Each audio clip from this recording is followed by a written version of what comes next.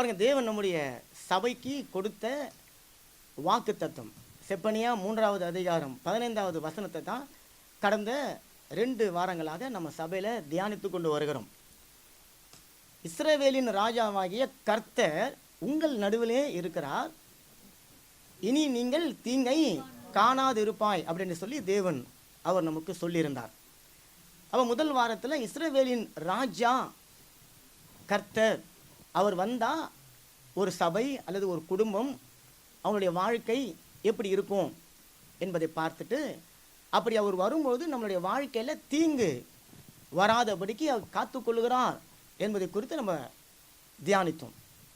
சென்ற வாரம் இஸ்ரவேலின் ராஜாவாகிய கர்த்தர் நம் நடுவில் வருவதற்கும் நாம் தீங்கை காணாமல் இருப்பதற்கும் இடையில் ஒரு கனெக்ஷன் வார்த்தையை தியானித்தோம். உங்களுக்கு ஞாபகம் இருக்குதுங்களா? அது என்ன வார்த்தை?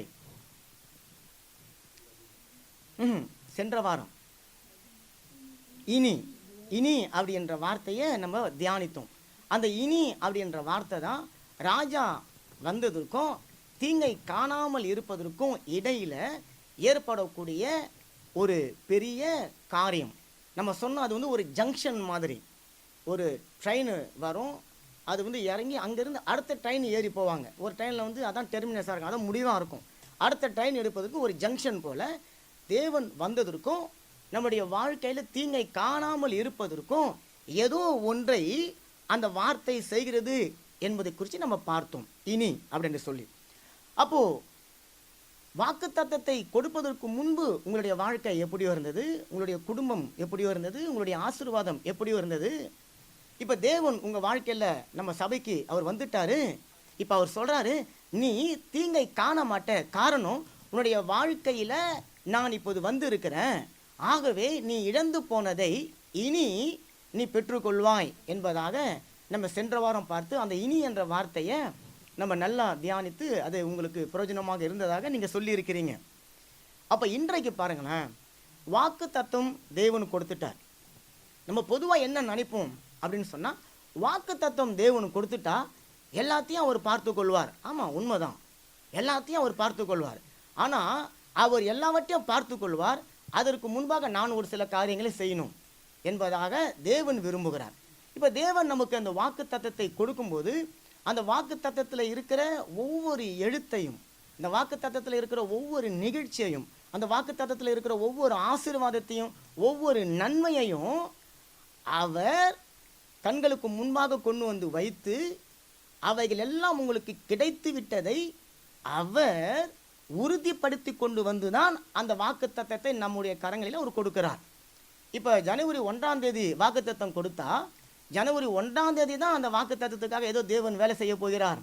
எப்படியாவது நம்ம அடித்து பிடிச்சி டிசம்பர் 31ஆம் தேதிக்குள்ளார அந்த வாக்கு தத்துவத்திலேருந்து நன்மை எப்படியாவது நம்ம பெற்றுக்கொள்வோம் அப்படி என்கிற நோக்கம் அல்ல. தேவன் 2026 ஜனவரி 1 உங்களுக்கும் எனக்கும் ஒரு வாக்கு தத்துவம் கொடுத்தாருன்னா அதை அவர் ஏற்கனவே உங்களுக்காக தீர்மானித்து அதை ஏற்கனவே உங்களுக்காக ஆயத்தப்படுத்தி அதில் இருக்கக்கூடிய பூரண ஆசீர்வாதங்கள் உங்களுக்கு கிடைச்சா நீங்கள் எப்படியெல்லாம் இருப்பீங்க அல்லது எப்படியெல்லாம் இருக்க மாட்டீங்க என்பதையெல்லாம் அவர் நன்றாக அறிந்து அந்த வாக்கு தத்தை உங்களுக்கும் எனக்கும் கொண்டு வந்து கொடுத்துருக்கிறார். இப்போ இந்த வாக்கு தத்தம் என்பது என்னன்னு சொன்னால், இந்த 365 நாட்கள், இந்த 2026 முழுவதும் நீங்கள் வாழப்போகிற வாழ்க்கையினுடைய கனவின் வெளிப்பாடு. இப்போ நம்ம ஒரு கனவு காண்றோம், அந்த கனவு நிறைவேறினால்தான் அதுக்கு பேர் நிஜம், இல்லைனா அது ஒரு கனவு. சிலர் பகல் கனவுன்னு சொல்லுவாங்க, இல்லை பகலில் காண்ற கனவு பலிக்காதெல்லாம் சொல்லுவாங்க, நமக்கு அதை பற்றி தெரியல.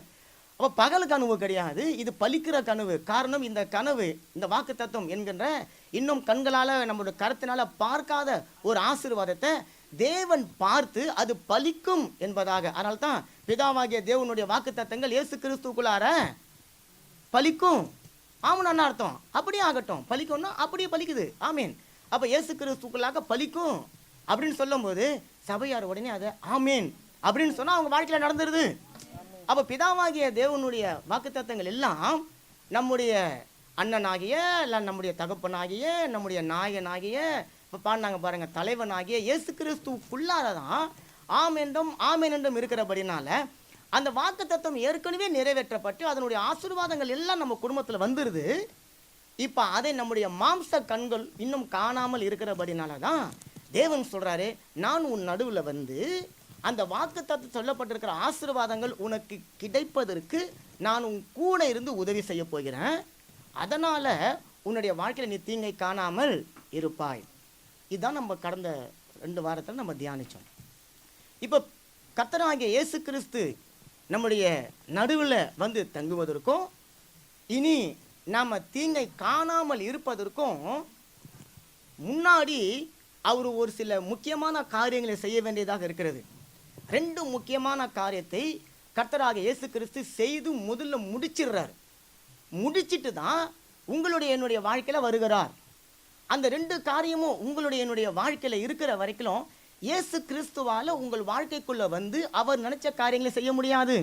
காரணம், அவருக்கும் நமக்கும் இடையில ஒன்று நின்று கொண்டு அந்த ஆசீர்வாதத்தை தடை செய்து கொண்டு இருக்கிறது. அப்போ ஆண்டவர் சொல்கிறார், நான் உன் நடுவில் வரேன், நீ இனி தீங்கை காண மாட்டேன், ஆனால் அதுக்கு முன்னாடி நான் உன்னுடைய வாழ்க்கையிலேருந்து ஒரு சில காரியத்தை நான் செய்யணும் என்பதாக அவர் சொல்கிறார். இப்போது உதாரணத்துக்கு நீங்கள் ஒரு வீடு கட்டுறவங்களை கூப்பிட்டு ஒரு குறிப்பிட்ட இடத்த சொல்லி அங்கே வீடு கட்ட சொல்கிறீங்க.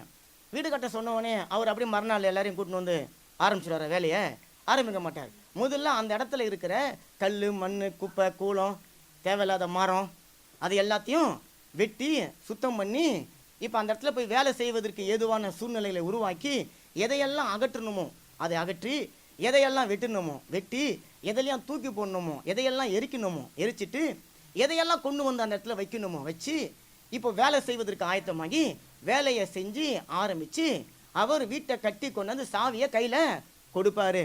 இப்போ நீங்கள் சாவியை வாங்குற அன்னைக்கு பக்கத்தில் குப்பைங்க இருக்குது, பக்கத்தில் முள்ளுங்க இருக்குது, பக்கத்தில் எது இருக்குது, அது வீட்டுக்குள்ளாரையே குப்பையும் கூலமாக இருக்குது அப்படின்னு சொன்னால் வீட்டு ஓனர் நம்ம என்ன பண்ணுவோம்? இல்லை எனக்கு சுத்தம் பண்ணி கொடுத்தாதான் நான் வீட்டுக்குள்ளே வருவேன் அப்படின்ட்டு சொல்கிறோம் இல்லைங்களா? அதே போல தான் தேவனும் உங்களுடைய என்னுடைய வாழ்க்கையில் ஆசீர்வாதம் என்கின்ற ஒரு வீடுன்னு வச்சிங்கன்னா அதை கொடுப்பதற்கு முதல்ல ஒரு சில காரியங்களை அந்த இடத்த விட்டு அகற்ற விரும்புகிறார், அந்த இடத்த விட்டு எடுத்து போட விரும்புகிறார். அப்போ அவர் அகற்றி விட்டு எடுத்து போட்டு விட்டு தான் இப்போ வேலை செய்ய ஆரம்பிக்கிறார். இப்போ இயேசு கிறிஸ்து வந்த உடனே உங்களுடைய ஆசீர்வாதத்தை அவர் கொடுக்க போகிறது கிடையாது. உங்களுக்கு பண்ண வாக்குத்தத்தத்தை உங்களுடைய வாழ்க்கையில் நிறைவேற்ற போவது கிடையாது. காரணம், அந்த வாக்குத்தத்தத்தின் மேன்மை நமக்கு தெரியணும். அந்த வாக்குத்தத்தம் என்னுடைய வாழ்க்கையில் தேவை என்பது அறிஞ்சிருக்கணும். அந்த வாக்குத்தத்தம் வந்தால்தான் நான் வாழ முடியும் என்கிற நிலைமைக்கு நான் வரணும். இப்போ அந்த வாக்குத்தத்தத்தை என்ன நம்பி இல்லாமல் நான் தேவனை நம்பி நான் சார்ந்து நான் இருக்கும் பொழுது ஆண்டவர் சொல்வார், இனி நீ என்ன பண்ண மாட்ட, தீங்க காண மாட்ட. தீங்கும் வாழ்க்கையில் வரும், பிரச்சனைகள் வரும், போராட்டங்கள் வரும், ஏன் நம்மளை பயமுறுத்த. ஆனால் ஆண்டவர் சொல்கிறாரு, இப்போ நான் உன் நடுவில் இருக்கிறேன், உன்னுடைய ஃபோக்கஸ் அது மேலே இல்லை, உன்னுடைய ஃபோக்கஸ் ஏன் மேலே இருக்கிறது, நீ என்னையே பார்த்து நிறு. அந்த தீங்கு வரும், ஆனால் அது வந்தது உனக்கு தெரியாது, அது உன்னை விட்டு விலகி போனது தெரியாது, அதை நீ காணவே மாட்டேன்னு சொல்லி கர்த்தர் சொல்லுகிறனால கரையை தட்டி சொல்லுங்களேன். அப்போ இஸ்ரவேலின் ராஜா நம் நடுவில் இருக்கிறார், இனி தீங்கை காண மாட்டோம். இல்லை கேட்கும்போது ரொம்ப ஆசையா இல்லை? அப்படியா இன்றைக்கே படிச்சுட்டா நல்லா இருக்குமே. போன தடவை சொல்லியிருந்த பாருங்க, மக்களும் நம்ம கூட இருந்தாலே வாழ்க்கை எப்படி ஓட்டிடலாம் அப்படின்ற நிலைமைக்கு வந்துடுது. அப்போ இஸ்ரவேலின் ராஜாவாகிய கர்த்தர் நல்ல சூப்பரான வாக்குத்தத்தம் கேட்கும்போது நல்லா இருக்குது. ஆனால் இந்த வாக்குத்தத்தத்தை கொடுத்த தேவனுக்கு தான் தெரியும் இந்த வாக்குத்தத்தம் உங்களுடைய என்னுடைய வாழ்க்கையில் நிறைவேற்றுவதற்கு, அது நிறைவேற்றுவதற்கு முன்பு நான் ஒரு சில காரியங்களை செய்து தான் ஆகணும். அப்போ நம்முடைய வாழ்க்கையிலிருந்து 2 முக்கியமான காரியத்தை தேவன் செய்துவிட்ட பிறகு தான் அவர் நம்ம வீட்டுக்கு வரார், அல்லது நமக்குள்ளே வரார், நம்ம சபைக்கு வருகிறார். வந்த பிறகு தான் நம்ம தீங்கை காண மாட்டோம். அப்போ அதில் ஒரு முக்கியமான காரியத்தை மாத்திரம் இன்னைக்கு நம்ம பார்க்க போகிறோம். அந்த 3:15 எடுத்து வாசிங்க. கர்த்தர் உன் ஆக்கினைகளை அகற்றி உன் சத்துருக்களை விலக்கினார். இஸ்ரவேலின் ராஜாவாகிய கர்த்தர் என் நடுவில் இருக்கிறார், இனி தீங்கை காணாதிருப்பாய். பாருங்க, அந்த 2 காரியத்தில் இன்னைக்கு நம்ம முதல் காரியத்தை நம்ம தியானிக்க போகிறோம். கர்த்தர் சொல்லுகிறார், நான் உன் ஆக்கினைகளை அகற்றினேன், அகற்றுவேன், அகற்றுகிறேன் அப்படின்னு சொல்லல. இஸ்ரவேலின் ராஜா நம்ம வீட்டுக்கு வரதுக்கு முன்னாடி, நம்ம வாழ்க்கையில் வரதுக்கு முன்னாடி, நம்முடைய சபையில் வருவதற்கு முன்பு அவர் வருவதற்கு என்ன தடை இருந்ததோ, அவர் வராதபடிக்கு எந்த ஆக்கினை உங்களையும் என்னையும் தடுத்து கொண்டிருந்ததோ அந்த ஆக்கினையை முதல்ல அவர் அகற்றுகிறார். இப்போ ஆக்கினை அப்படின்னு சொல்லும்போது நிறைய அர்த்தங்கள் இருந்தாலும் அதுக்கு ஒரு முக்கியமான அர்த்தம் ஆக்கினன்னு சொன்னால் தண்டனை, ஆக்கினன்னு சொன்னால் தீர்ப்பு. இங்கிலீஷில் சொன்னால் உங்களுக்கு ஈஸியாக புரியும், ஜட்ஜ்மெண்ட். கோர்ட்டில் நீதிபதி ஒரு ஜட்ஜ்மெண்ட் கொடுத்து கைத்து போட்டாருன்னா கதை முடிஞ்சு போச்சு. அப்போது உங்களையும் என்னையும் அப்படித்தான் ஏதோ ஒரு காரியம், தேவனுடைய ஆசீர்வாதம் உங்கள் குடும்பத்தில், எங்கள் குடும்பத்தில், அல்லது நம்ம சபையில், சபையினுடைய வாழ்க்கையில் வரக்கூடாதபடிக்கு ஒரு தீர்ப்பு ஒன்று ஆக்கினையாக உங்கள் எல்லார் மேலேயும், என் மேலேயும், சபை மேலேயும் அது இருந்து கொண்டு இருக்கிறது. இப்போ அந்த ஆக்கினை இருக்கும் பொழுது நாம் யாருக்கு சொந்தம்னு சொன்னால் அந்த ஆக்கினைக்கு சொந்தமாக இருக்கிறோம், அந்த தீர்ப்பு எழுதினவருக்கு சொந்தமாக இருக்கிறோம். இப்போ இன்னொருவருக்கு சொந்தமாக இருக்கிற நம்முடைய வாழ்க்கையை தேவன் தம்முடைய கரத்தில் எடுக்க முடியாது. அப்போ தேவன் என்ன பண்ணுறார், முதல்ல அந்த ஆக்கினையை, அந்த தண்டனையை, அந்த தீர்ப்பை அவர் அகற்றணும், அதை எடுத்து போடணும். அப்போ முதல்ல தேவன் உங்களையும் என்னையும் பார்க்குறார். இந்த புதிய ஆண்டில் என்னுடைய பிள்ளைகளுடைய வாழ்க்கை கடந்த வருஷத்தில் இவ்வளோ போராட்டம், இவ்வளோ பாடுகள், இவ்வளோ வேதனை, இவ்வளோ கண்ணீர்கள் மத்தியில் அவங்க வாழ்ந்து கொண்டு இருக்கிறாங்களே, அவங்க வாழ்க்கையில் இந்த ஆசீர்வாதத்தை நான் கொடுக்கணும் என்று சொல்லி ஆண்டவர் ஆவலாக வந்து பார்க்கும்போது நமக்கு மேலே ஒரு தண்டனை இருந்து அதை தடுத்து கொண்டு இருக்கிறது. இப்போ தேவன் என்ன பண்ணுறார், முதல்ல உங்களை ஆசீர்வதிக்கிறதுக்கு பதிலாக, உங்களை தேற்றுவதற்கு பதிலாக, உங்களுக்கு உதவி செய்வதற்கு பதிலாக முதல்ல அந்த ஆக்கினையை, தண்டனையை நம்ம விட்டு நீக்கும்படிக்காக அவர் உதவி செய்கிறார். அப்போ ஆக்கினைகள் அகற்றப்படாமல் போனால் கர்த்தராகிய இயேசு கிறிஸ்து உங்களுடைய என்னுடைய வாழ்க்கையில் இருக்கக்கூடிய வாக்குத்தத்தத்தை நிறைவேற்ற முடியாது.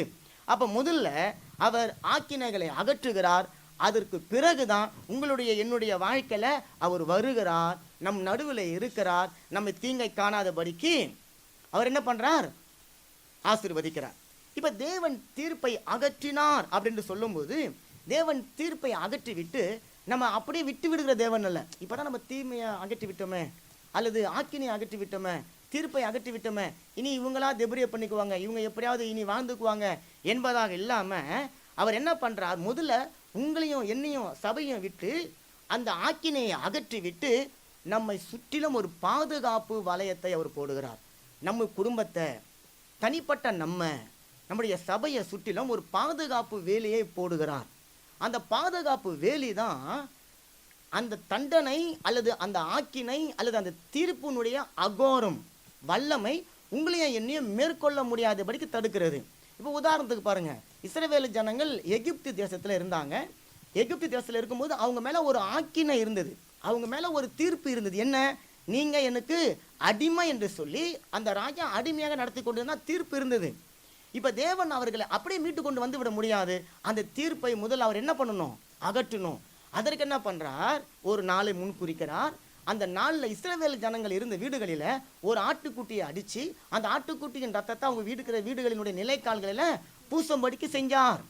இப்போ பாருங்க, ஆக்கினையை அகற்றுவதற்கு தேவன் பாதுகாப்பை போடுகிறார். பாதுகாப்பை போட்டு அவர்களை வெளியே பாதுகாப்பாக கொண்டு வருகிறார். இப்போ அந்த பாதுகாப்பு வளையத்தை போல இன்றைக்கு நீங்கள் இருக்கிற நம்முடைய வீடுகள், நம்முடைய குடும்பம், பிள்ளைகள், சபை, இதை தேவன் என்ன பண்ணுறார், ஆக்கினையை அகற்றிவிட்டு சுற்றிலும் ஒரு பாதுகாப்பு மதிலை அவர் போடுகிறார். அந்த பாதுகாப்பு மதில் நிறைய இருக்குது. நான் ஒரு நல்ல வசனத்தை எடுத்து வாசித்து பார்த்தேன், நல்லா இருந்தது. சங்கீதம் 27:5 எடுத்துக்கொள்ளுங்களேன். தீங்கு நாளிலே அவர் என்னை தம்முடைய கூடாரத்தில் மறைத்து என்னை தமது கூடார மறைவிலே ஒளித்து வைத்து என்னை கண்மனையின் மேல் உயர்த்துவார். பாருங்க, தாவீது இந்த சங்கீதத்தை எழுதும்போது தேவனுடைய பாதுகாப்பை குறித்து நல்ல வசனத்தை, வார்த்தையை யோசித்து சிந்தித்து நிறைய வார்த்தைகளை பயன்படுத்துவதை நீங்கள் பார்க்க முடியும். இந்த வசனத்தை நல்லா கவனிங்களேன். தீங்கு நாளில் அவர் என்னை தம்முடைய கூடாரத்தில் முதல்ல மறைக்கிறார். ரெண்டாவது, என்னை தமது கூடார மறைவில் ஒளித்து வைக்கிறார். மூணாவது, அவருடைய கண்மலையின் மேலே என்னை உயர்த்துகிறார். அப்போ பாருங்க, ஒரு தீங்கு நாள் வரும்போது, ஆக்கினை உங்கள் மேலே இருக்கும்போது, தீர்ப்பு உங்கள் மேலே இருக்கும்போது தேவன் என்ன பண்ணுறாரு, உங்களை அப்படியே அனாமத்தான் விட்டு விடுவது கிடையாது. நீங்கள் ஃப்ரீ எலக்ட்ரான் மாதிரி அப்படி சுற்றி கொண்டு இருக்கும்படிக்கு ஆண்டவர் விட்டுற மாட்டார். தேவன் என்ன பண்ணுறாரு, ஆக்கினை அகற்றி அப்படி விட்டுறது கிடையாது. இப்போ ஆக்கினையை அகற்றி விட்டவர் என்ன பண்ணுறாரு, முதல்ல உங்களை மறைச்சி வைக்கிறாருங்க. இது ஆச்சரியமாக இருக்குல்ல. நீங்களும் நானும் ஓடி போய் மறைகிறதுக்கு பேர் திருட்டு, நாமளும் நம்ம ஓடி போய் மறைஞ்சிக்கிறதுக்கு பேர் திருட்டு. இப்போ ஆண்டவர் என்ன பண்ணுறாரு, அவர் என்ன கொண்டு போய் மறைச்சி வைக்கிறார். இது எவ்வளோ வித்தியாசமாக இருக்குது பாருங்க. இப்போ மறைச்சி வைக்கிற இடத்த நீங்கள் பார்த்தீங்கன்னா ஆச்சரியமாக இருக்கும். எங்கே மறைச்சி வைக்கிறாரா, இல்லை, கூடாரம் மட்டும் இல்லை. அங்கே என்ன பாருங்க, தன்னுடைய கூடாரத்தில், தன்னுடைய கூடாரம். அப்போ அந்த தன்னுடைய கூடாரம் எதுங்க? நிறைய அர்த்தம் இருக்கு. தன்னுடைய கூடாரம் எதுங்க? சபை. தன்னுடைய கூடாரம் என்ன? சபை. தேவன் பாருங்க இப்போ உங்களை என்னையும் இப்போ ஒளிச்சு வச்சிருக்கிறாருங்க. இப்போ உங்களுக்கு எனக்கும் விரோதமாக இந்த வாசலை திறந்து போனீங்கன்னா உங்களை என்ன அப்படி கவி பிடிச்சி கொதிரி எடுக்கிறதுக்கு நல்ல கோர பல்லோட காட்டின்னு உட்காந்து இருக்குது ஏதோ ஒன்று. இப்போ ஆண்டவர் என்ன பண்ணுறாரு? இப்போ உங்களை ஒளிச்சு வச்சுன்னு இருக்கிறார். நான் போய் வீட்டில் மறைஞ்சிருந்தேன்னு வச்சிங்கன்னா என்னை தேடி வந்துடும். இப்போ தேவன் உங்களை தம்முடைய கூடாரத்தில் மறைச்சி வைக்கிறாராம், மறைத்து வைக்கிறார். ரெண்டாவது பாருங்களேன், மறைத்து மட்டும் வைக்கலையா, உங்களை ஒளித்து வைக்கிறாராம். ரெண்டுக்கும் வித்தியாசம் இருக்கு. மறைத்து வைக்கிறது என்பது வேற, ஒளித்து வைக்கிறது என்பது வேற.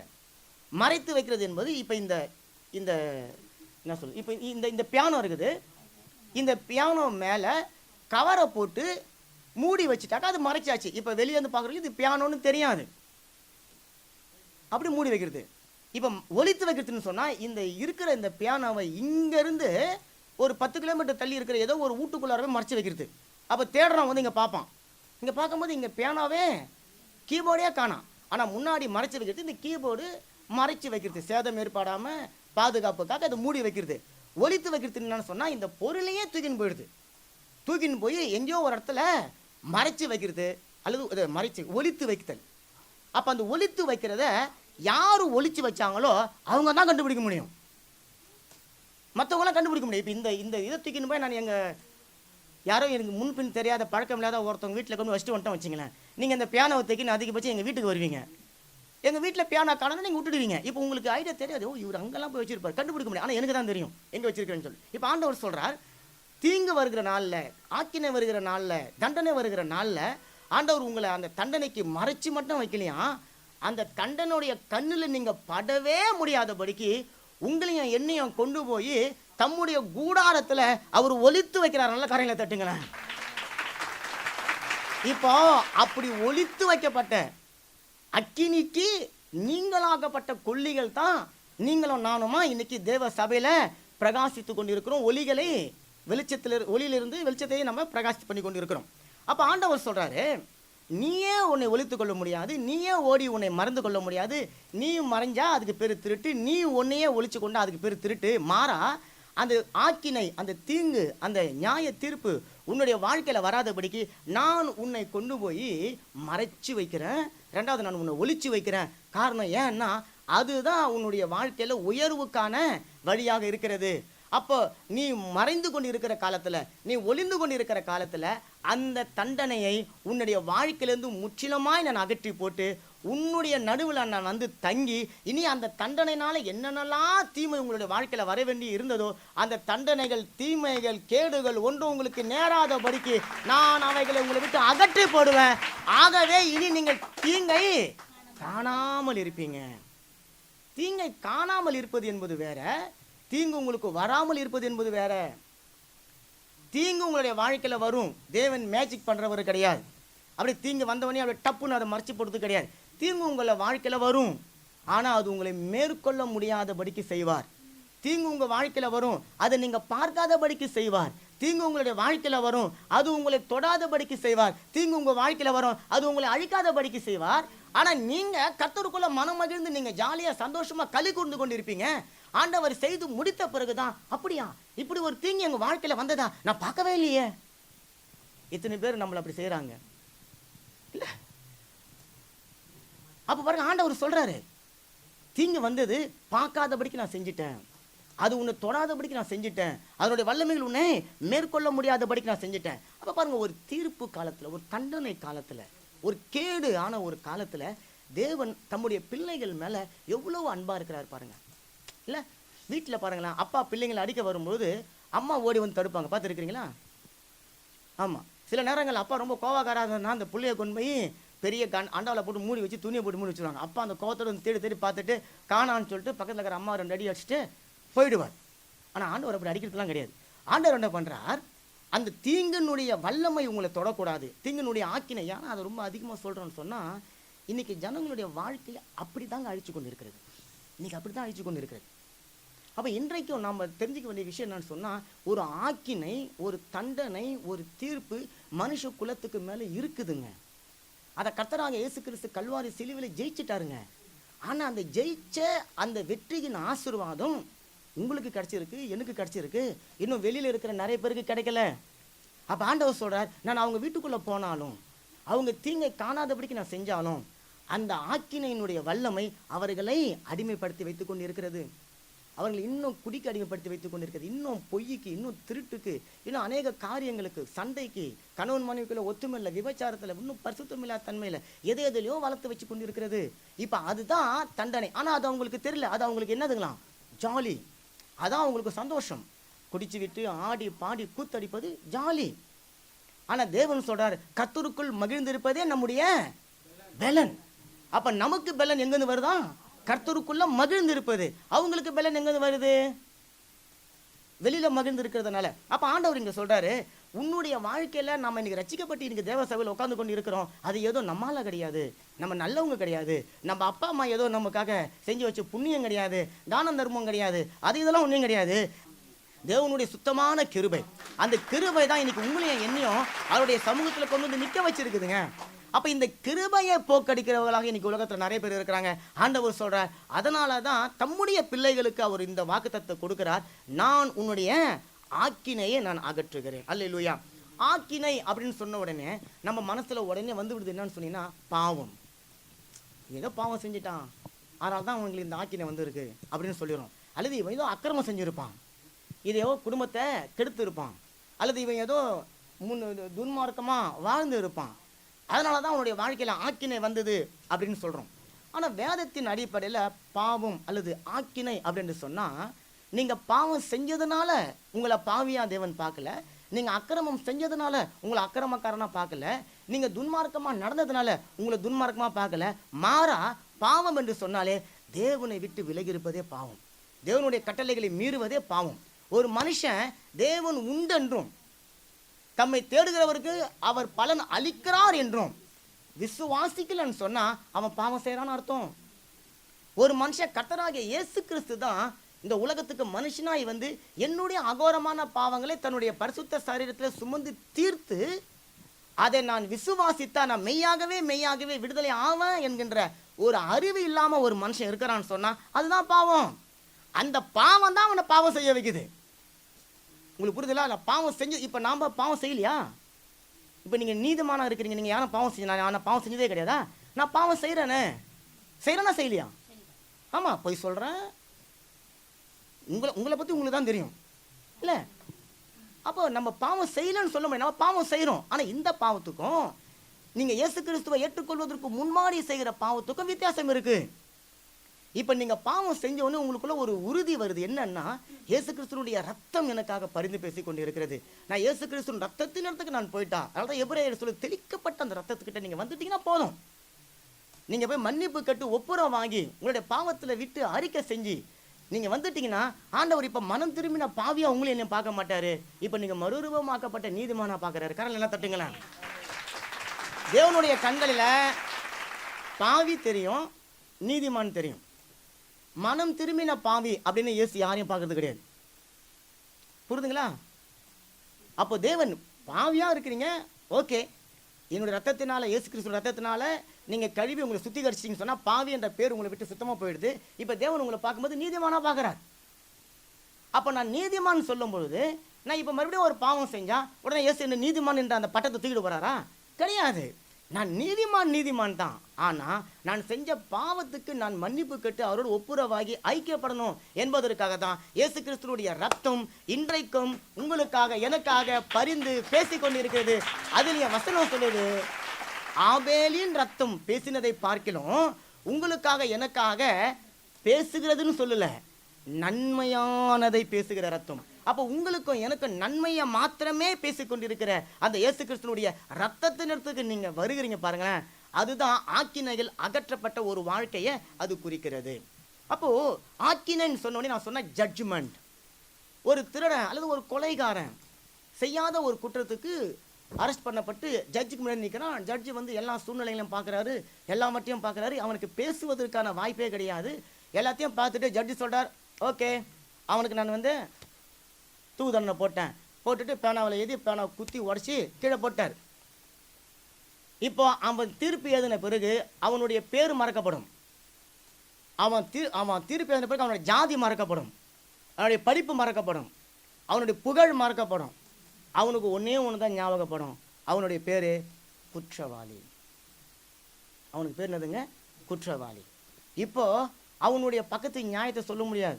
உலக பிரகாரமாக 2-3 கோர்ட்டுக்கு போகிறாங்க. ஃபைனல் கோர்ட்டு, உச்ச நீதிமன்றம், அதுக்கு பிறகு ஜனாதிபதி கிட்ட போய் மன்னிப்பு கேட்குறது, அவரும் கொடுக்கலன்ற பட்சத்தில் போட்டுடுறாங்க.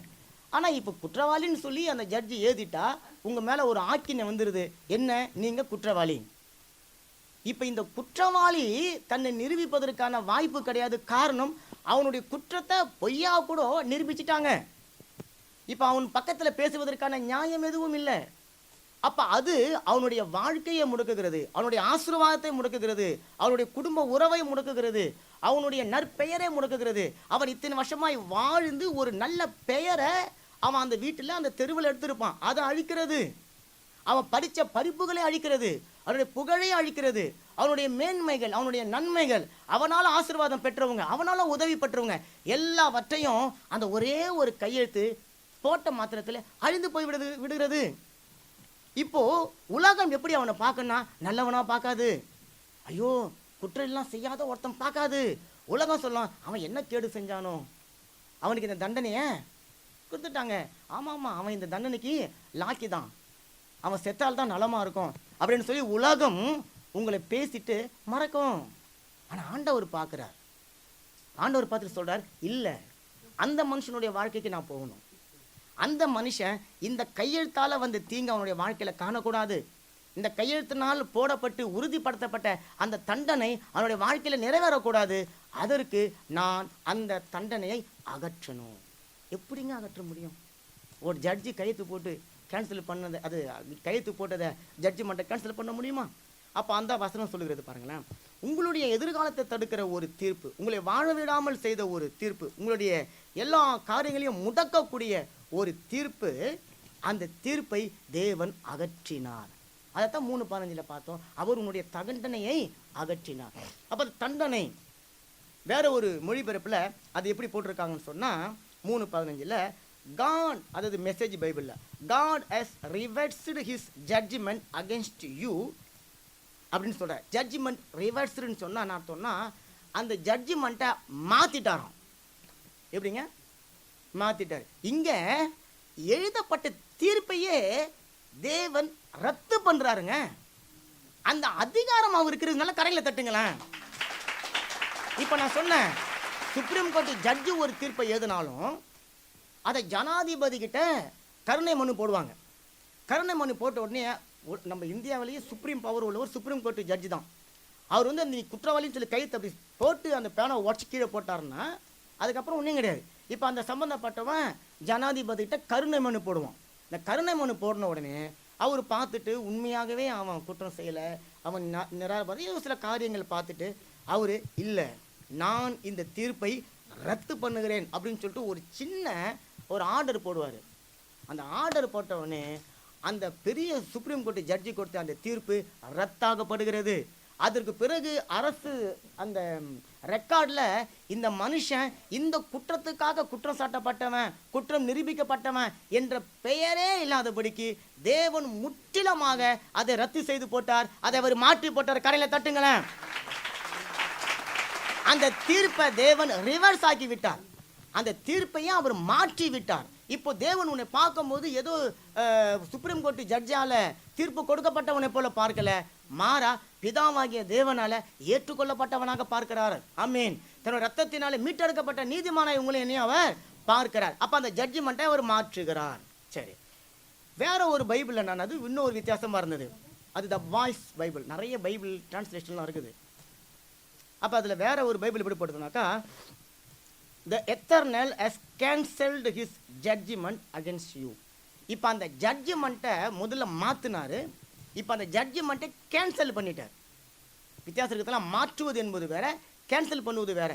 அதாவது மாற்றுவது என்பது அந்த ஜட்ஜ்மெண்ட்டு இல்லை என்பதை சொல்லுவது, கேன்சல் என்பது எழுதப்பட்ட ஜட்ஜ்மெண்ட்டு செல்லாது என்பது.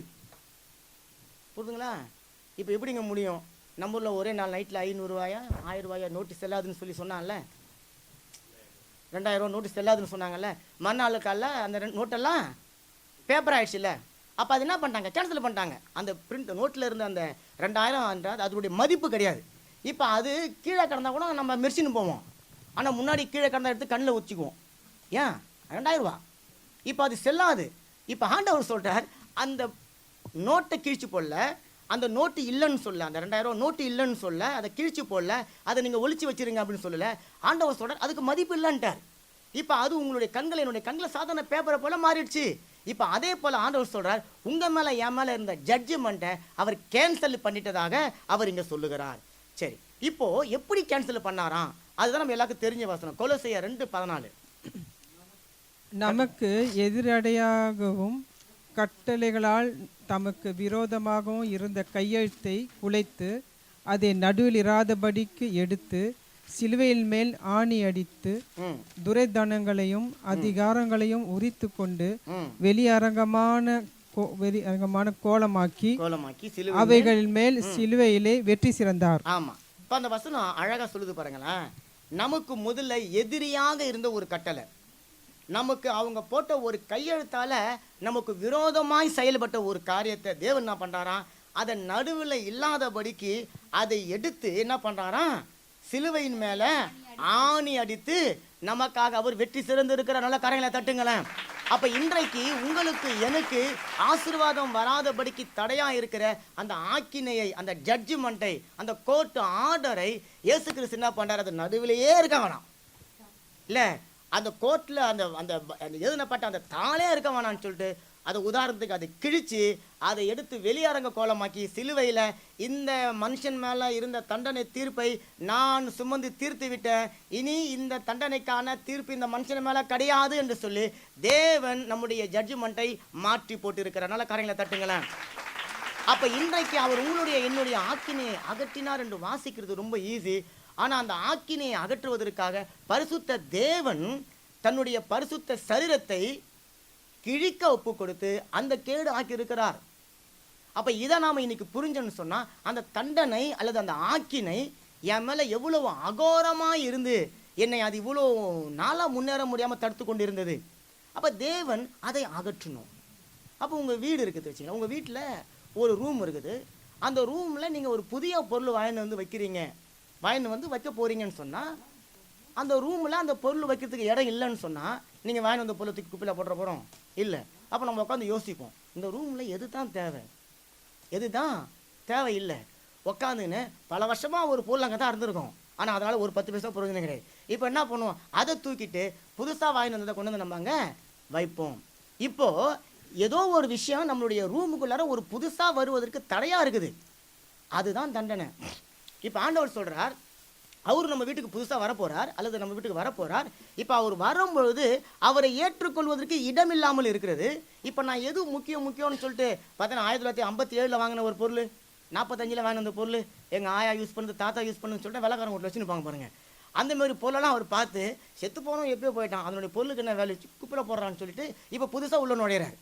இப்போ அந்த தண்டனையும் அதை போல தான் உங்களுக்கும் எனக்கும் பிடிக்கத்தோ பிடிக்கலையோ நமக்கு தேவையாக வச்சுக்கிட்டு நாமளே அதை வச்சுன்னு இருந்தோம். இப்போ ஆண்டவர் சொல்கிறார், இது உன் வாழ்க்கையில் இருந்தா நான் உன் வாழ்க்கையில் வர முடியாது, நான் உன்னை ஆசீர்வதிக்க முடியாது, இனி உன்னுடைய வாழ்க்கையில் தீமையை நீ காணாதபடிக்கு செய்ய முடியாது, ஆகவே முதல்ல தடையாக இருக்கிற அதை நான் அகற்றுகிறேன்.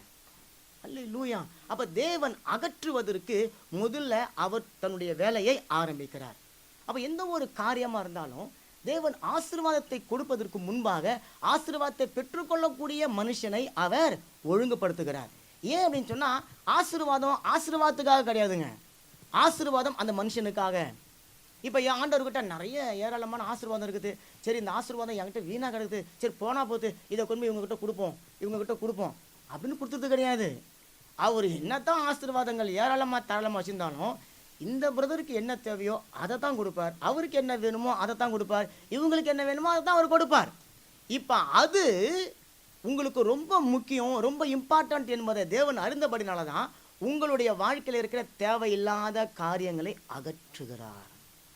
அப்போ அந்த தேவையில்லாத காரியத்தில் பிரதானமாக இருக்கிறது உங்கள் மேலே என் மேலே விழுந்த தண்டனை, அந்த நியாய தீர்ப்பு. அப்போ கர்த்தர் சொல்கிறார், உனக்கு எதிராக இருந்த தீர்ப்புகளை, உனக்கு எதிராக வந்த தண்டனைகளை, உனக்கு எதிராக வந்த குற்ற பழிகளை நான் இன்றைக்கு ரத்து செய்கிறேன், அவைகளை நான் இன்றைக்கு கேன்சல் பண்ணுகிறேன். இனி அவைகள் உன் மேலே ஆளுகை செலுத்த முடியாது, உன் மேலே இனி அது வல்லமையை கொள்ள முடியாது. காரணம், அது வலுவிழுந்து போன ஒரு சட்டமாக மாறிவிட்டது. அல்லேலூயா.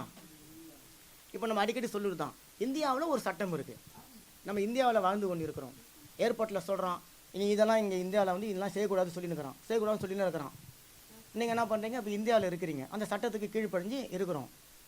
நைட் 8 மணிக்கு ஃப்ளைட் எடுக்கிறீங்க, மறுநாள் காலையில் ஷால்தோகல் ஏர்போர்ட்டுக்கு வந்துட்டீங்க. இப்போ வந்த உடனே ஐயோ மோடி என்னை அடிச்சிடுவாரோ, அவன் என்னை அடிச்சிடுவானோ, இவன் என்ன அடிச்சிடுவானோ, இந்தியாவில் அந்த சட்டம் போட்டாங்களே அது என்னை பாதிக்குமோ அப்படின்னு நினச்சின்னு இருப்பீங்க. நீங்கள் எப்போ ஃப்ளைட்டில் காலை வச்சிங்களோ அந்த சட்டம் எல்லாம் ரத்து ஆயிடுச்சிங்க. இப்போ நீங்கள் எப்போ ஃப்ரான்ஸுக்குள்ளே வந்தீங்களோ இப்போ இந்த சட்டத்துக்குள்ளே நீங்கள் வந்துட்டீங்க. இப்போ ஃப்ரான்ஸுக்குள்ளே வந்தது தான் பரலோக சட்டம் மாதிரி. முன்னாடி பூமிக்குள்ள சட்டத்தில் நீங்களும் நானும் இருந்தோம். இப்போ ஆண்டவர் அங்கேருந்து உங்களை பேக் பண்ணி தூக்கின்னு வந்து இங்கே வந்து இறக்கி விட்ட பிறகு இப்போ நான் என்ன பண்ணுறேன், பழைய தண்டனையை, பழைய சட்டத்தை, பழைய தீர்ப்பை நினச்சின்னு இங்கே புதிய வாழ்க்கைக்குள்ள வாழ்ந்து கொண்டு இருக்கிறேன். ஆண்டவர் சொல்கிறார், இல்லை இல்லை இல்லை இல்லை, இப்போ நீ புதிய வாழ்க்கைக்குள்ளே வந்திருக்கிற, புதிய ஆண்டுக்குள்ளே வந்திருக்கிற, உன்னுடைய வாழ்க்கை பழையது போலவே இருக்கக்கூடாது, பழைய குற்றப்பழி உணர்வுகள் இருக்கக்கூடாது, பழைய பாவத்தில் இருக்கக்கூடாது, பழைய தண்டனைகள் இருக்கக்கூடாது. நீ தெரிஞ்சோ தெரியாமலோ செய்த பாவங்களுக்கு அல்லது தவறுகளுக்கு உன் மேலே வந்த தண்டனைகளோடு நீ வாழக்கூடாது. இப்போ நான் உன்னை அந்த இடத்துல இருந்து முற்றிலுமாய் கொண்டு வந்து அந்த சட்டத்திட்டங்கள் எல்லாவற்றையும் நான் கேன்சல் பண்ணிட்டேன். இப்பொழுது நீ புதிய மனுஷனாக இருக்கிற. நல்ல கரையில் தட்டுங்களேன். நீதிமொழிகள் 21:1 பாருங்களேன். ராஜாவின் இருதயம் கர்த்தரின் கையிலே நீர்க்கால்களைப் போல் இருக்கிறது, அதை தமது சித்தத்தின்படி அவர் திருப்புகிறார். சிம்பிளான வசனம். கார் ஓட்டும் போது யார் ஸ்டேரிங்கை கையில் வச்சுருக்கிறாங்களோ அவங்க இஷ்டத்தின்படி காரை ஓட்டலாம். அப்படி தானேங்களே? அப்படி தானே? பின்னாடி இருக்கிற காரை ஓட்ட முடியாதுல்ல. அவர் ஒரு வேளை ரைட்டில் போங்கன்னா அது அவர் தான், அந்த டிரைவர் தான் காரை திருப்பணும். இப்போ ஆண்டவர் சொல்கிறாரு, கார் என்கின்ற ராஜாவுடைய இருதயமே ஸ்டேரிங்கை வச்சு கொண்டு இருக்கிற என் கையில் தான் இருக்குது. நான் எப்படி நினைக்கிறேனோ அப்படி திருத்துவேன், மாற்றுவேன் அப்படின்னு சொல்கிறார். அப்போ தண்டனையை அனுமதித்த தேவனே அந்த தண்டனையை ரத்து செய்வதற்கு வல்லமை உள்ளவராக இருக்கிறார். தண்டனைக்கான சட்டத்தை இயற்றின தேவனே அந்த சட்டத்தினால உண்டாகக்கூடிய தண்டனைக்கு உங்களை விலக்குகிறவராக இருக்கிறார். அதற்கான வல்லமை இருக்கிறது. காரணம், எந்த அதிகாரி, எந்த ராஜா, எந்த வல்லமை பொருந்தின மனுஷன் எந்த சட்டத்தை எழுதினாலும் அவனை ஜஸ்ட் லைக் தட்னு சொல்லிட்டு ஒரு ஸ்டேரிங்கை திருப்புவதை போல அவனுடைய இருதயத்தை உங்களுக்கு சார்பில் திருப்பி உங்களுக்கு ஜெயத்தை கொடுக்கக்கூடிய ஒரு தேவனாக அவர் இருக்கிறார். அப்போ ஒரு பாவத்துக்கு தண்டனைன்னு சொன்ன தேவன் தான் அந்த பாவத்தினுடைய தண்டனை தீர்ப்பிலிருந்து உங்களை என்னைய காத்துக்கொள்ள வருகிறார். காரணம், அவர் அநீதி உள்ள தேவன் கிடையாதுங்க, அவர் நீதி உள்ள தேவன். என்ன பண்றார், நீங்க செஞ்ச பாவத்தை தான் செஞ்சதா அவர் எடுத்துக்கொண்டு அந்த பாவத்துக்கான தண்டனை அவர் பெற்றுவிட்டு இப்போ அவர் இருக்க வேண்டிய இடமான நியாயாதிபதியா உங்களையும் என்னை இப்போ புதிய வாழ்க்கைக்குள்ள அவர் கொண்டு வருகிறார். இப்போ அந்த தண்டனை ரத்து செய்வது என்பது அந்த தண்டனைக்கான காரியத்தை இயேசு கிறிஸ்து செஞ்சு முடிச்சிட்டாரு. இப்போ அதை அவர் ரத்து செய்கிறார். கரையில் என்ன தட்டி சொல்லுங்களேன்.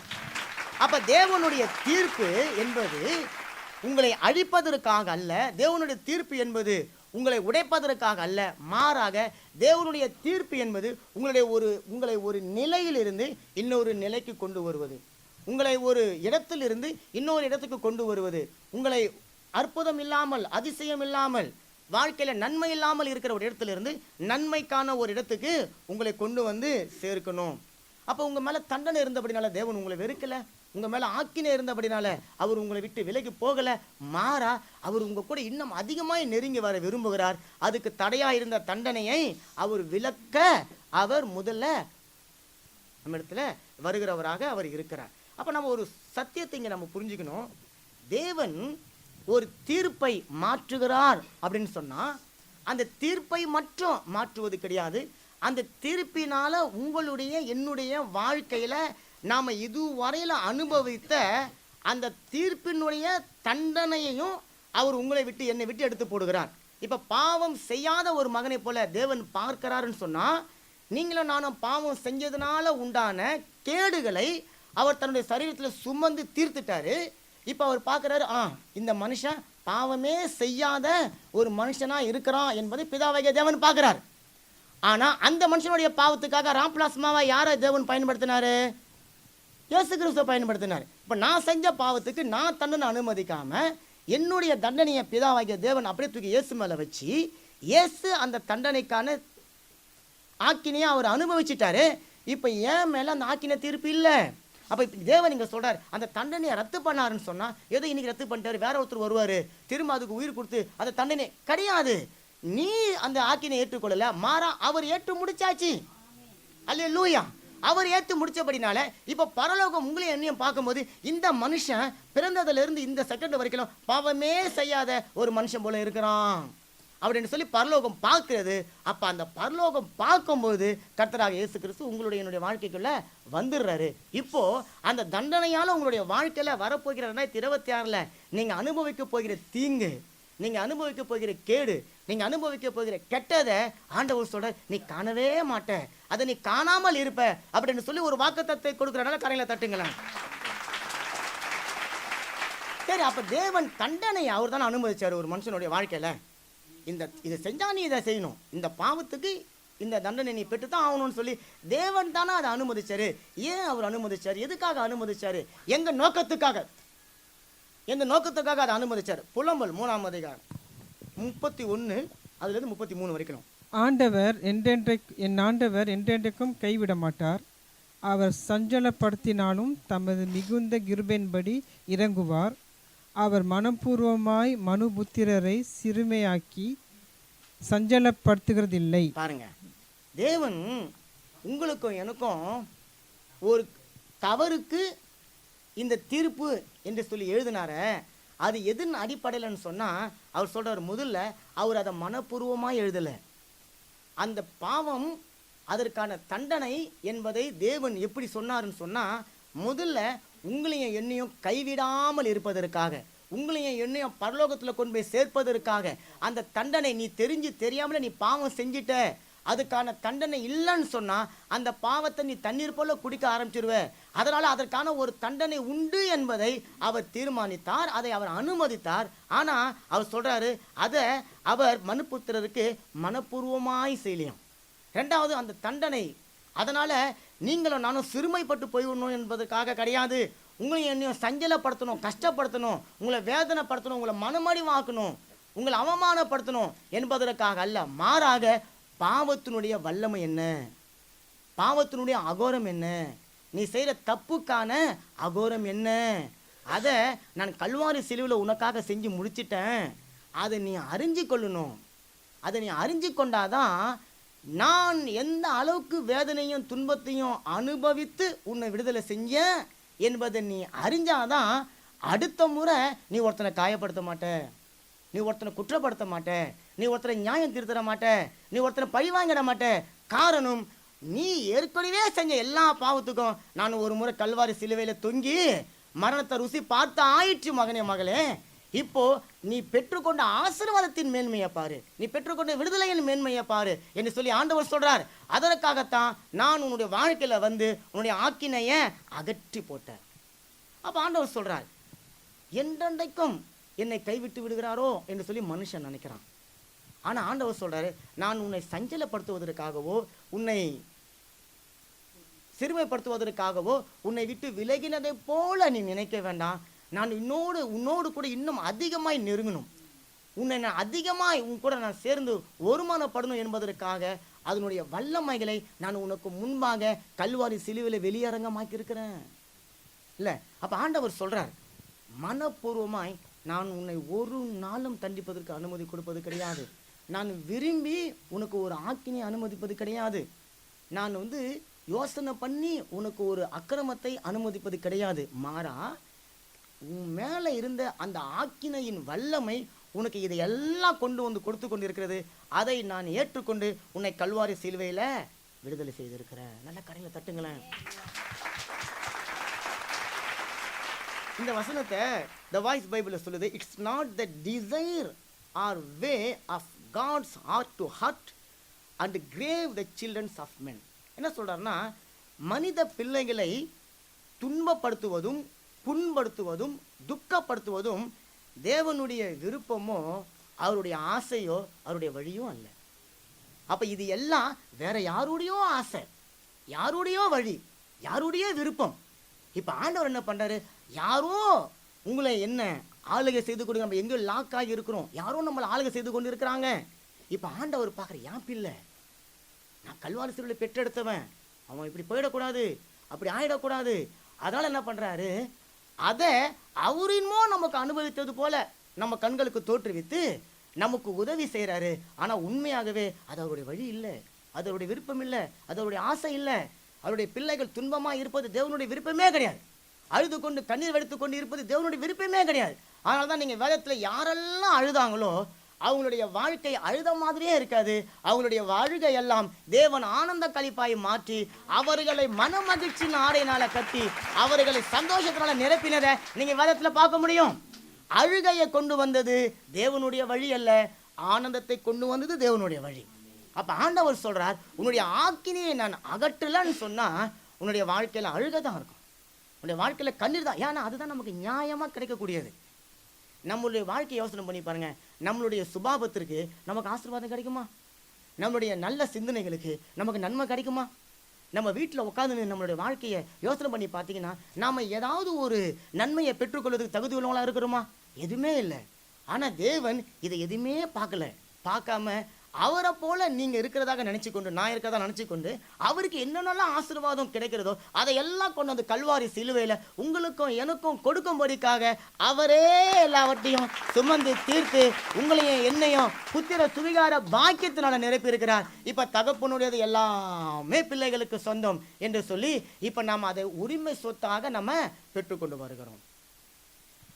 அப்ப தேவன் அவருடைய பிள்ளைகளை துன்பப்படுத்த துக்கப்படுத்த விரும்புது. அப்ப ஏன் ஆக்கினை வருகிறது? அப்ப ஏன் தண்டனை ஒரு மனுஷனுக்கு வருகிறது அப்படின்னு பார்த்தீங்கன்னா, நீங்க செஞ்ச பாவத்தினால, நான் சொன்னேன், நீங்க செஞ்ச பாவத்தினால, நீங்க செஞ்ச துரோகத்தினால, நீங்க செஞ்ச தவறுகளினால இந்த ஆக்கினை உங்களுடைய வாழ்க்கையில வரல. மாறா இந்த ஆக்கினை என்பது ஏதோ உலகம் கொடுக்கக்கூடிய உபத்திரவங்களின் வழியா வருவது கிடையாது. மாறா தேவனுடைய சொத்து ஒன்று என்கிட்ட இருக்குது, தேவனுடைய சொத்து ஒன்று என்கிட்ட இருக்குது. அந்த சொத்தை அபகரிக்க, அந்த சொத்தை அழிக்க அந்த தண்டனையை நம்ம மேலே ஏதிருக்கிறாங்க. அப்போ இன்னைக்கு நான் இப்படி இருக்கிறேன், என்கிட்ட தேவனுடைய சொத்து என்ன இருக்குது? என்னுடைய ஆத்துமா. அதுதான் தேவனுடைய சொத்து. ஏன் அப்படின்னு கேட்டா, அந்த ஆத்மாவுக்காகத்தான் அக்கிரமக்காரர்கள் ஒருவராக எண்ணப்பட்டு மரணத்தில் தன்னை அவர் ஊற்றினார். என்னுடைய ஆத்மா எனக்கு சொந்தம் இல்லை, என்னுடைய ஆத்மாவுக்கு சொந்தக்காரர் ஒருவர் இருக்கிறார். அந்த ஆத்மா அழிந்து போகக்கூடாது என்பதற்காகத்தான் இயேசு கிறிஸ்து என்ன பண்றாரு, இந்த தண்டனை இந்த மகனுடைய என்னுடைய சொத்தாய் நான் கொடுக்கப்பட்டதை அழிக்க போகிறது. ஆகவே தான் நான் அதற்காக என்னுடைய ஆத்மா, தேவனுடைய ஆத்மாவை நான் மரணத்தில் ஊற்றுறேன் அப்படின்னு சொல்றேன். அப்ப தேவன் இன்னைக்கு அந்த தண்டனையை அகற்றுகிறார், தண்டனையை நீக்கி போடுகிறார் என்று சொல்லும்போது உங்களுடைய பழையதை க்ளோஸ் பண்ணுகிறார், உங்களுடைய வாழ்க்கையில புதியதை கவனிங்க ஓபன் பண்ணுகிறார். பழைய சாப்டர், பழைய கேரக்டர், பழைய சுபாவத்தை க்ளோஸ் பண்றார். புதிய சுபாவம், புதிய கனி, புதிய கேரக்டர், புதிய சாப்டரை உங்களுக்குள்ள அவர் உருவாக்குகிறார்.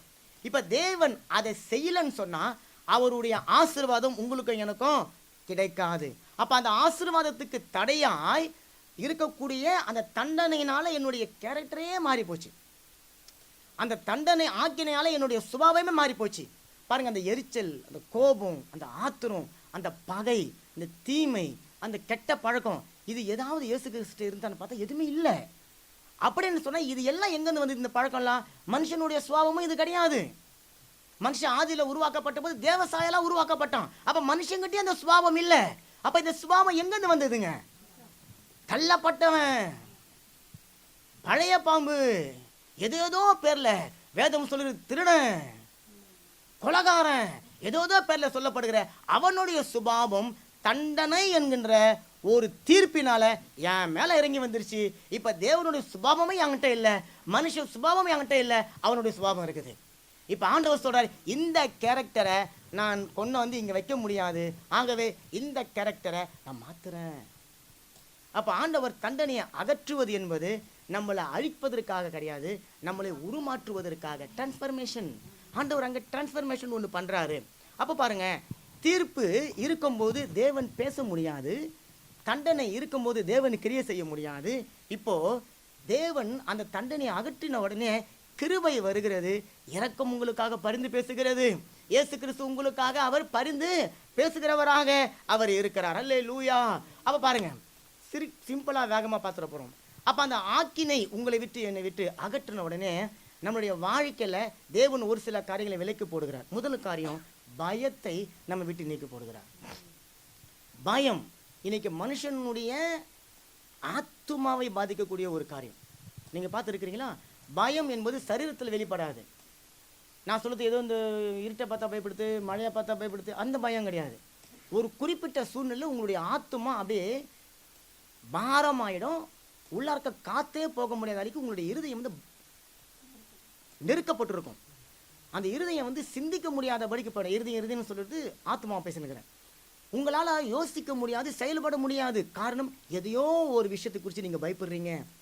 அது சரீரத்தை குறித்து இருக்கலாம், எதிர்காலத்தை குறித்து இருக்கலாம், பிள்ளைகளுடைய கருத்தை குறித்து இருக்கலாம், ஊழியத்தை குறித்து இருக்கலாம், குறிப்பிட்ட மனுஷியை குறித்து இருக்கலாம், எதை குறிச்சும் இருக்கலாம். அந்த பயம் உங்களுடைய சரீரத்தை அழிப்பதற்காக வருவது கிடையாது. மாறா உங்களுடைய ஆத்மாவை அழிக்கணும். ஏன்னா அந்த ஆத்மா தான் தேவனோடு கூட கனெக்ஷன்ல இருக்குது. அதை தடுக்கணும். அப்போ ஆண்டவர் சொல்றார், நான் ஆக்கினியை அகற்றும் போது நான் சும்மா அகற்ற மாட்டேன், அது கூட பயத்தையும் சேர்த்து நான் அகற்றுகிறேன். நான் வாசிச்சிடறேன் வசந்த வேகமா. ரோமர் 8:1 வேதம் சொல்லுகிறது, நம்ம இயேசு கிறிஸ்துவுக்கு உட்பட்டவர்களாய் இருந்து மாம்சத்தின்படி நடக்காமல் இருந்தால் ஆவியின்படி நம்ம நடப்போம். அப்படி ஆவியின்படி நம்ம நடக்கும்போது ஆக்கினை தீர்ப்பு, தண்டனை தீர்ப்பு உங்களுக்கும் எனக்கும் இல்லை என்று தேவன் சொல்லுகிறார். அப்ப தேவன், பயம் என்பது மாம்ச சிந்தை, பயம் என்பது பிசாசுனுடைய பெரிய ஆயுதம். அது என்னுடைய ஆவிக்குரிய வாழ்க்கையை பாதிக்காதபடிக்கு அந்த பயத்தை என்னை விட்டு நீக்கி தேவன் அங்கே எனக்கு விடுதலையை கட்டளையிடுகிறார். அப்போ ஆக்கினை இல்லாத இடத்துல பயம் அதிகாரம் செலுத்த முடியாது. இதை நான் நிறைய பேசலாம் நினச்சேன், டைம் இல்லை, நான் அங்கே முடிச்சிடுறேன். அடுத்தது, தேவன் அந்த ஆக்கினையை அகற்றும் போது உங்களுக்கு தீமை வராதுன்னு சொன்னார் இல்லைங்களா? அப்போ அந்த தீமை என்பது, நான் ஏற்கனவே சொல்லியிருந்தேன், அந்த தீமை என்பது உங்களுடைய வாழ்க்கையில், என்னுடைய வாழ்க்கையில் நடக்கிற ஒரு நிகழ்வு. இப்போ ஒருத்தர் இறந்து போயிட்டாருன்னு சொன்னேன், இறந்து போனாருன்னு அது ஒரு சாதாரணமாக பார்க்கும்போது ஒரு தீமை, அவங்க அந்த குடும்பத்தில் ஏதோ ஒரு தீமை நடந்துருச்சு, ஏதோ ஒன்று அவங்க இழந்துட்டாங்க. உங்களுக்கு எனக்கு வெளியே வந்து பார்க்கும்போது ஏதோ ஒரு நாள் போனோம், அந்த காரியத்தை முற்றி வீட்டுக்கு வந்துட்டோம். ஆனால் சம்மந்தப்பட்டவங்களுக்கு அது வந்து ஒரு நிகழ்வு, அவங்களுக்கு அது வாழ்க்கையோடு ஒன்றித்த ஒரு காரியம். அப்போ தீமை என்பது ஒரு நிகழ்வு, ஆனால் தீர்ப்பு என்பது ஆட்சி மாற்றம். தேவன் அந்த துக்கத்தையே சந்தோஷமாய் மாற்றுகிறார். அல்லேலூயா. பாருங்க, துக்கத்தை சந்தோஷமா மாத்தல, துக்கம் இருந்த இடத்துல தன்னுடைய சந்தோஷத்தை கொடுத்து, இப்போ துக்கமே அவங்க கண்களில் தெரியாதபடிக்கு துக்கம் இருந்த இடத்தையே மாற்றி அங்க முழுவதும் சந்தோஷத்தை கொண்டு வந்து அவர் வைக்கிறார். அப்ப தீர்ப்பு மாற்றப்பட்டதுனால தீமை உங்களையும் என்னையும் ஆள முடியாது, பயம் உங்களையும் என்னையும் ஆட முடியாது. ஆகவே தான் நம்ம மறுபடியும் பயப்படுவதற்கு நாம அடிமைத்தனத்தின் ஆவி, பயம் என்கின்ற அடிமைத்தனத்தின் ஆவியை பெறாம அப்பா பிதாவே, அப்பா பிதாவே, அப்பா பிதாவே என்று சொல்லி ஒவ்வொரு நாளும் ஓயாமல் கூப்பிடுகிற புத்திர சுவிகார பாக்கியம் உண்டாகப்பட்டு இருக்கிறது. அல்லேலூயா. மூணாவது, தீர்ப்பு அகற்றப்படும் போது, ஆக்கினை அகற்றப்படும் போது தேவனோடு கூட மறுபடியும் உறவு உண்டாகிறது. நிறைய பேர் இன்னைக்கு பண்ற தப்பு அதுதான். மனுஷன் மேல இருக்கிற கோபம், அல்லது தன் மேல இருக்கிற கோபம், பிரச்சனைகள் மேல இருக்கிற கோபம், சூழ்நிலைகள் மேல இருக்கிற கோபத்துல தேவனை விட்டு விலகி ஓடக்கூடிய சூழ்நிலை தான் இன்னைக்கு நிறைய பேர் இருக்குது. எத்தனை பேர் ரட்சிக்கப்பட்டு இன்னைக்கு பின்வாங்கி போயிருக்கிறாங்க? ஏன்? இப்ப ரட்சிப்பு ஊழியக்காரன் உங்களுக்கு கொடுக்கல, ரட்சிப்பு சபை விசுவாசிங்க கொடுக்கல, சபை ரட்சிப்பை கொடுக்கல, ரட்சிப்பை கொடுத்தது தேவன். அவருக்கு உண்மையா இருந்து நீ நல்லா உண்மையா வாழ்ந்து நீ உண்மை சாட்சியா நில்லு. புரியுதுங்களா? அப்ப இன்னைக்கு பாருங்களேன், தேவனோடு கூட இருக்கிற அந்த உறவுல ஒரு காரணம், அந்த ஆக்கினை தேவனையும் உங்களையும் என்னையும் சேர்க்க முடியாதபடிக்கு ஒரு தடையா இருக்குது. இப்ப ஆண்டவர் சொல்றாரு, அந்த ஆக்கினை அகற்றும் பொழுது நீ தேவனோடு கூட ஒரு உறவுக்குள்ள வந்து விடுவே. அல்லேலூயா. அது நமக்கு எண்ணத்தை கொடுக்குது. அந்த உறவுல வரும்போது எண்ணத்தை கொடுக்க மாட்டோம். வாசிச்சு பார்ப்போம். எபிரேயர் 4:16. டக்குன்னு வாசிங்க. சரி. ஆதலால் நாம் இரக்கத்தை பெறவும் ஏற்ற சமயத்திலே சகாயம் செய்யவும், சகாயம் செய்யும் கிருபையை அடையவும் தைரியமாக கிருபாசன தண்டையிலே சேரக்கடவும். நல்ல கரையில தட்டுங்களேன். இப்ப அங்க ஒரு வசனம் பயன்படுத்தப்பட்டிருக்கு, தைரியமாக. முன்னாடி கோழையை போல ஒளிந்து கொண்டிருந்த ஆதாமை போல இப்ப நான் அந்த பாவத்துக்கு முன்னாடி இருந்த ஆக்கினை அகற்றப்பட்டது. இப்ப தேவன் சொல்றார், இனி நீ ஒளிந்து கொண்டிருந்த ஆதாமு கிடையாது, இப்ப நீ தைரியமா நீ பிள்ளையா தேவனுடைய சமூகத்துக்கு வருவதற்கு நான் உன் மேல இருந்த தண்டனை என்கின்ற ஆக்கினை நான் அகற்றி விட்டேன். நான் உன் நடுவில் வந்து விட்டேன். நீ தீங்கையே நீ காண மாட்ட. ஒரே ஒரு சம்பவத்தை மட்டும் நம்ம பார்த்து முடிக்க போகிறோம். சகரியா 3ஆம் அதிகாரம் எடுத்து வாசிக்க வேணாம், ஆனால் நீங்கள் எடுத்துக்கொள்ளுங்க. சகரியா 3ஆம் அதிகாரம் எடுத்துக்கொள்ளுங்க. அதில் ஒரு அருமையான வசனம் பாருங்கள். நீங்கள் 3ஆம் அதிகாரம் நீங்கள் 1லிருந்து 5 வரைக்கும் கொஞ்சம் வேகமாக வாசிச்சிடுறேன், நீங்கள் அதை என் கூட சேர்ந்து வாசிக்கங்க. சகரியா 3ஆம் அதிகாரம் 1லிருந்து 5 வசனம். அவர் பிரதான ஆசாரியனாகிய யோசுவாவை எனக்கு காண்பித்தார். அவன் கர்த்தருடைய தூதனுக்கு முன்பாக நின்றான். சாத்தான் அவனுக்கு விரோதம் செய்ய அவன் வலது பக்கத்திலே நின்றான். அப்போது கர்த்தர் சாத்தானை நோக்கி, கர்த்தர் உன்னை கடிந்து கொள்வாராக. சாத்தானே, எருசலேமை தெரிந்து கொண்ட கர்த்தர் உன்னை கடிந்து கொள்வாராக. இவன் அக்கினி நின்று தப்பி வைக்கப்பட்ட கொல்லி அல்லவா என்றார். யோசுவாவோ வெனில் அழுக்கு வஸ்திரம் தரித்தவனாக தூதனுக்கு முன்பாக நின்றிருந்தான். அவர் தமக்கு முன்னாடி நிற்கிறவர்களை நோக்கி, இவன் மேல் இருக்கிற அழுக்கு வஸ்திரங்களை கலைத்து போடுங்கள் என்றார். பின்பு அவனை நோக்கி, பார், நான் உன் அக்கிரமத்தை உன்னிலிருந்து நீக்க செய்து உனக்கு சிறந்த வஸ்திரங்களை தரிப்பித்தேன் என்றார். அவன் சிரசின் மேல் சுத்தமான பாகையை வைப்பார்களாக என்றார். அப்போது சுத்தமான பாகையை அவன் சிரசின் மேலே வைத்து அவனுக்கு வஸ்திரங்களை தரிப்பித்தார்கள். கர்த்தருடைய தூதன் அங்கே நின்றார். அதன் பிறகு பார்த்தீங்கன்னா யோசுவாவை குறித்து சாட்சியாக தேவன் பேசுகிறது இருக்கும். இப்போ இந்த காரியத்தை நீங்கள் பார்க்கும்போது யோசுவா என்று சொல்லும்போது மோசே கூட இருந்தார் நூனின் மகன் குமாரன் யோசுவா, அவரு கிடையாது. இந்த யோசுவா பிரதான ஆசாரியன். இப்போ அந்த ஆசாரியன் வேதம் சொல்லுகிறது அவன் எங்கே நின்றுந்தானா, கர்த்தருடைய தூதனுக்கு முன்பாக நின்று கொண்டிருக்கிறான். பாருங்க, கர்த்தருடைய தூதன் நின்று கொண்டிருக்கிறார். கர்த்தருடைய தூதனுக்கு முன்பாக யோசுவா நிற்கிறார்.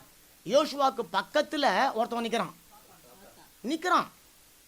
பாருங்க, பைபிள் சொல்லுது இரவும் பகலும் தன்னுடைய சகோதரர்களை குறித்து சொல்லுவதற்காகவே அவன் நின்று நிற்கிறான். அப்போ இன்னைக்கு உங்க பக்கத்தில் நின்றுக்கிறான், ஒவ்வொரு நாளும் நிற்கிறான். தேவன்கிட்ட மூட்டை மூட்டையாக பெட்டிட்டு போகுது, மூட்டை மூட்டையாக ஆண்டவர் பிரித்து பார்த்து பூபலில் போடுறாரு. கற்பனை பண்ணி பாருங்க. இப்போ என்ன குறித்து உங்களை குறித்து டெய்லி ரெக்கமெண்ட், அதில் நார்மல் லெட்டர் கிடையாது, ரெஜிஸ்டர் போஸ்ட் பண்ணுறான். ஏன்னா ஏசு கிறிஸ்து பார்த்து ஏமாற்றக்கூடாதுன்னு சொல்லிட்டு ரெஜிஸ்டர் போஸ்ட்டாக போட்டு தள்ளி நிற்கிறான். மூட்டை மூட்டையாக இப்போ போஸ்ட் பண்ணி கொடுறாரு. இப்போ ஆண்டவர் பிரித்து பார்க்குறாரு, இலை குப்பை தீ போடு, ஏன் ரத்தம் இருக்குது, குப்பை குப்பை குப்பை, அப்படி இப்படி மீறி கீறி எப்படியோ வந்து நின்ட்டான். நின்றுட்டு என் வசனம் சொல்லுது, சாத்தான் அவனுடைய பக்கத்தில் நின்னான். அவனும் ஒன்றையும் பேசலை, யோசுவாவும் ஒன்றையும் பேசுனதா கிடையாது. இப்போ யாருமே பேசல, கர்த்தர் பேசுறாருங்க. யோசுவா பேசலிங்க, பிசாசு பேசலிங்க, தூதன் பேசலிங்க, ஆண்டவர் சொல்றார். அப்போது கர்த்தர் சாத்தானை நோக்கி சொல்றாரு, அத்தாசியம், எச்சரிக்காரு, பி கேர்ஃபுல். ஏன் அவர் சொல்றாரு, கர்த்தர் உன்னை கடிந்து கொள்வாராக. யாரை பார்த்து பேசுறாரு? அடுத்த வசனம், சாத்தானே. அப்ப நல்லா கவனிங்களேன், உங்களுக்காக எனக்காக இயேசு கிறிஸ்து பரிந்து பேசுறாருன்னு நீங்க வசனத்தை வாசிச்சிருப்பீங்க. பரிந்து பேசுறதை நீங்க பாக்குறீங்க. இப்ப பிசாசு போய் நல்லவன் மாதிரி ஒன்றும் பேசாம தான் இருக்கிற மாதிரி தெரிஞ்சுது. ஆனா அவன் ஏற்கனவே அனுப்பிச்ச மூட்டையா லெட்டர்ல உங்களை பத்தி என்னை பத்தி என்னென்ன சொன்னான்னு தேவனுக்கு தெரியும். இப்போ அவர் நல்லவர் மாதிரி வந்து தூதர்களுக்கு மத்தியில் நின்றுக்கிறார். இப்போ கூட தூதனும் நிற்கிறான், குற்றம் சாட்டப்படுகிற யோசுவாவும் நிற்கிறான். இப்போ தேவன் பார்க்குறாரு, நீ மூட்டையாக கொண்டு வந்து கொடுத்தல லெட்டரு, அந்த லெட்டரில் சொல்லுவது எல்லாமே புல்வாங்கட்டி, எல்லாமே பொய், எல்லாமே குப்பை, எல்லாமே வேஸ்ட்டு. அதனால் சாத்தானே, கர்த்தர் உன்னை பேசுறது கர்த்தரே சொல்கிறாரு, கர்த்தர் உன்னை கடந்து கொள்வாராக. அதில் எந்த கர்த்தர்? எருசலேமை தெரிந்து கொண்ட கர்த்தர். நல்ல கரையில தட்டுங்களேன். இங்க எருசலேம்னு சொன்னா ஏதோ ஒரு நகரத்தை குறிக்கலீங்க. எருசலேம் சொன்னா ஷாலோம், சமாதானம், சபை, அவருடைய மனவாட்டிகள், அவருடைய ரத்தம், அவருடைய வித்து, இது எல்லாமே எருசலேமை குறிக்கிறது. ஆண்டவர் சொல்றார், எருசலேமை தெரிந்து கொண்ட கர்த்தர். சிம்பிளா, யோசுவாவை தெரிந்து கொண்ட கர்த்தர் உன்னை கடிந்து கொள்வாராக சொல்லிட்டு சொல்றாரு. நீ அவ்வளோ மூட்டையா கொண்டு வந்து கொட்டினல்ல, அந்த மூட்டை என்கின்ற அக்கினி வஸ்திரத்திலிருந்து தப்பிச்ச கொல்லிவன். அப்போ என்ன கொல்லி, இவன் எரிச்சிடுவான், உன்னை எச்சரிக்கா இருந்துக்கோ அப்படின்னு ஆண்டவர் சொல்றார். இப்போ பாருங்க, ஆண்டவர் சொல்ற வரைக்கும் அவன் அழுக்கு வஸ்திரம் தான் போட்டுனுக்கிறான். அழுக்கு வஸ்திரம் என்பது வேதத்தின் அடிப்படையில் அவன் ஒரு பாவம் செஞ்சிருக்கிறான், குற்றம் பண்ணி இருக்கிறான். ஏன்னா அவன் மனுஷன், குற்றம் பண்ணி இருக்கிறான், அவன் தப்பு பண்ணி இருக்கிறான். அப்ப ஆண்டவர் சொல்றாரு, ஊழியக்காரனுடைய தப்ப நான் பார்த்துக்கிறேன். வசனம் சொல்லுது ஏசாயாவில், ஊழியக்காரனை பார்த்து சொல்றார் ஆண்டவர், உன்னை குறித்து நியாயத்தில் எழும்புகிற நாவு. அதாவது நீ தப்பு தான் பண்ணிட்ட, அவங்க உண்மையாகவே உன்னை குறை சொல்றதுக்காக தான் வாயால பேசுறாங்க. ஆண்டவர் சொல்றார், அவங்க நியாயத்தில் எழும்புனாலும் அந்த நாவை நீ என்ன பண்ணுவ? இது சொல்றாரு, நான் என்னுடைய ஊழியக்காரனுக்கு கொடுக்குற அதிகாரம்ன்றாருங்க. அப்ப இங்க யோசுவா யாருங்க? ஊழியக்காரன். பிசாசுடைய கண்கள் அவன் பாவி, அவனை குறித்து பேசுவதுக்கு பிசாசுக்கு ரைட்ஸ் இருக்குது. ஆனா ஆண்டவர் சொல்றார், நோ, ஊழியக்காரனை குறித்து பேச உனக்கு அதிகாரம் கிடையாது. ஏன்னா நீ அவனை அழைக்கல, நான் அவனை அழைச்சேன். அவர் சொல்றாரு, அவன் அக்கினில இருந்து தப்பித்த. அப்ப ஊழியக்காரன் யோசுவாவை சொல்றாரு, பிசாசுங்க அவனையே ஆண்டவர் அனுமதி கொடுக்கலன்னு சொன்னா, ஊழியக்காரனை குறித்து பேசுவதற்கு மனுஷர்களுக்கு தேவன் அதிகாரத்தை கொடுக்கல. நியாய தீர்ப்பு தேவனுடையது. அவர் சொல்றாரு, இப்போ இவன் அக்கினின்னு தப்பிக்கப்பட்ட கொல்லி அல்லவா சொல்லிட்டு சொல்றாரு. இப்போ அது வரைக்கும் யோசுவா அழுக்கு வஸ்திரம் தருத்தவனாக தூதனுக்கு முன்பாக நிற்கிறார். இப்ப அவர் தமக்கு முன்பாக நிற்கிறவர்களை நோக்கி, இப்ப எத்தனை பேர் நிக்கிறாங்கன்னு தெரியல, நிக்கிறவனேன்னு போட்டுல, தனக்கு முன்பாக நிக்கிறவர்களை நோக்கி சொல்றாரு, ஆமா, அவனுடைய வஸ்திரங்களை கலைத்து போடு. யாருங்க வஸ்திரத்தை பாவத்தை கலைச்சு போட்டது? ஊழியக்காரனுடைய பாவத்தை யார் கலைச்சு போட்டது? தேவன். அவர் வந்து கலைச்சு போடுறாரு. அப்போ ஊழியக்காரங்களை தப்பு பண்ண மாட்டாங்க, பண்ணுவாங்க. ஏங்க அவங்க மனுஷால் தானுங்க, அவங்களுக்கு எல்லாம் தானங்க இருக்குது. ஆனா அந்த ஊழியக்காரர்கள் தேவன் சொல்றாரு, நான் அவர்களை அழைச்சிருக்கிறபடினால இப்ப சொல்றாரு, அந்த பாவம் என்கின்ற வஸ்திரத்தை எடுத்து போடு சொல்லிட்டு இப்ப ஊழியக்காரனுக்கு அட்வைஸ் பண்றாரு. பாரு, நான் உன்னுடைய அக்கிரமத்தை உன்னிலிருந்து நீங்க போய் செஞ்சுட்டேன், உனக்கு இப்ப நான் சிறந்த வஸ்திரங்களை உனக்கு கொடுக்க போறேன். இந்த அட்வைஸ் வந்து தேவன் பண்றாரு.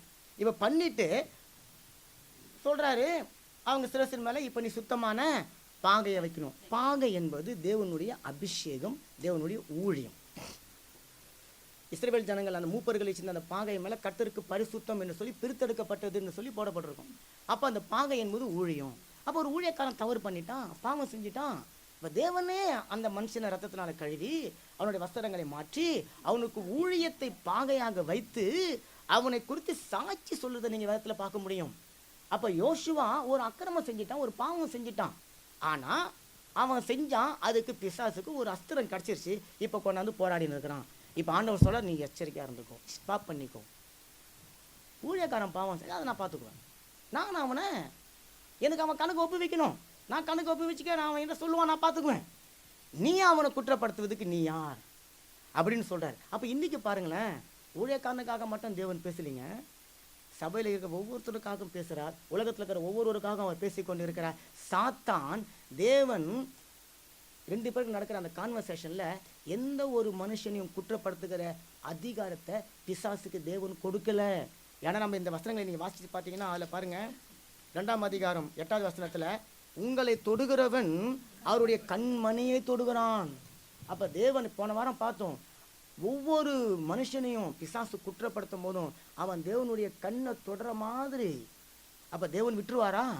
அப்ப பாருங்களேன், உங்களுடைய அக்கிரமங்களை தேவன் என்னுடைய அக்கிரமங்களை அவர் அகற்றி போட்டு இருக்கிறார். அப்ப இந்த புதிய ஆண்டுல பாருங்களேன், ஒரு புதிய சிருஷ்டியா, புதிய சிந்தனையோடு, ஒரு புதிய நினைவுகளோடு நம்ம தேவனுடைய ராஜ்யத்துக்குள்ள வந்து தேவனுடைய ஆசீர்வாதங்களை பெற்றுக்கொள்ளும்படிக்கு அழைக்கப்பட்டிருக்கிறோம். அதனால தேவன் என்ன பண்றாரு, நம்ம கிட்ட வரத்துக்கு முன்னாடி நம்மளை ஆசீர்வதித்து தீமையை காணாமல் இருக்க செய்வதற்கு முன்பாக நம்முடைய வாழ்க்கையில இருந்த அக்கிரமத்தை, ஆக்கினையை அவர் நீக்கி போட்டார். ஏந்து நில்லுங்களேன்.